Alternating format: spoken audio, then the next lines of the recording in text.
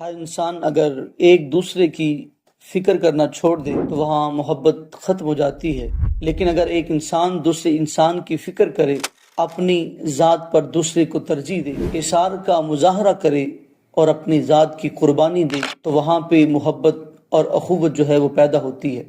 یہی سبق جو ہے وہ ہمیں قرآن نے دیا، وَيُؤْثِرُونَ عَلَىٰ أَنفُسِهِمْ وَلَوْ كَانَ بِهِمْ خَصَاصَةٌ۔ یہی سبق جو ہے وہ کریم آقا علیہ الصلوۃ والسلام نے ہمیں دیا۔ یہی سبق وہ ہے کہ جس کو صحابہ کرام علیہم رضوان نے اپنا شعار بنایا اور پھر وہ شان پائی کہ وہ ساری کائنات کے لیے، قیامت تک کے لوگوں کے لیے وہ ایک عملی نمونہ اور مثال بن گئے۔ پھر یہ تسلسل سے ہمارے اکابر نے یہ عمل اور یہ سبق ہم تک پہنچایا۔ وہ صحابہ کرام علیہم رضوان، وہ تابعین اعظام، وہ اکابر ایسے لوگ تھے، ان کا عمل یہ تھا کہ وہ اپنا وقت دوسروں کے لیے وقف کر دیا کرتے، وہ اپنی تکلیف دوسرے کی تکلیف کے لیے بھول جایا کرتے، وہ اپنی ضرورت کو پسے پشت ڈال کر دوسرے کی ضرورت کو پورا کیا کرتے۔ ایسے لوگ اب کہاں ملتے؟ کریم آقا علیہ الصلوۃ والسلام نے جو زندگی گزاری وہ اس بات کا عملی نمونہ اور ثبوت تھی کہ حضور علیہ الصلوۃ والسلام نے ساری زندگی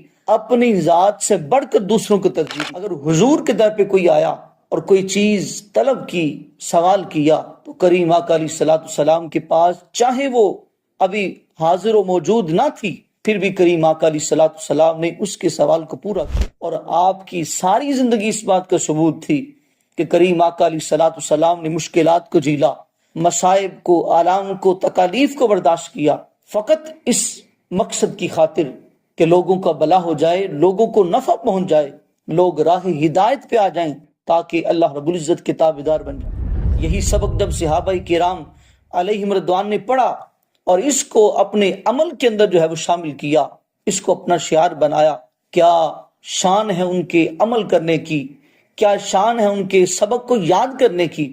جب باری آتی ہے اس سبق کو دہرانے کی، اس سبق کو سنانے کی، پھر صحابہ کرام علیہم رضوان کا عمل اتنا شاندار ہوتا ہے۔ حضرت داتا گنج بخش علی حجویری رحمۃ اللہ تعالی علیہ آپ کشف المحجوب میں فرماتے ہیں کہ غزوہ احد کے اندر جب صحابہ کرام علیہم رضوان زخمی ہوئے تو ایک انصار صحابیہ پانی لے کے صحابہ کی خدمت میں پیش ہوئی۔ ایک صحابی نے کہا کہ مجھے پانی پلایا جائے، وہ پانی لے کے ان کے پاس جاتی ہیں تو دوسرے کی طرف سے آواز آتی ہے کہ مجھے پانی پلایا جائے۔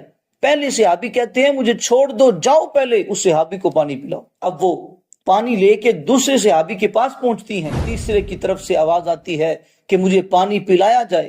وہ صحابی دوسرے صحابی کہتے ہیں مجھے چھوڑ دو، جاؤ پہلے اس صحابی کو پانی پلاؤ۔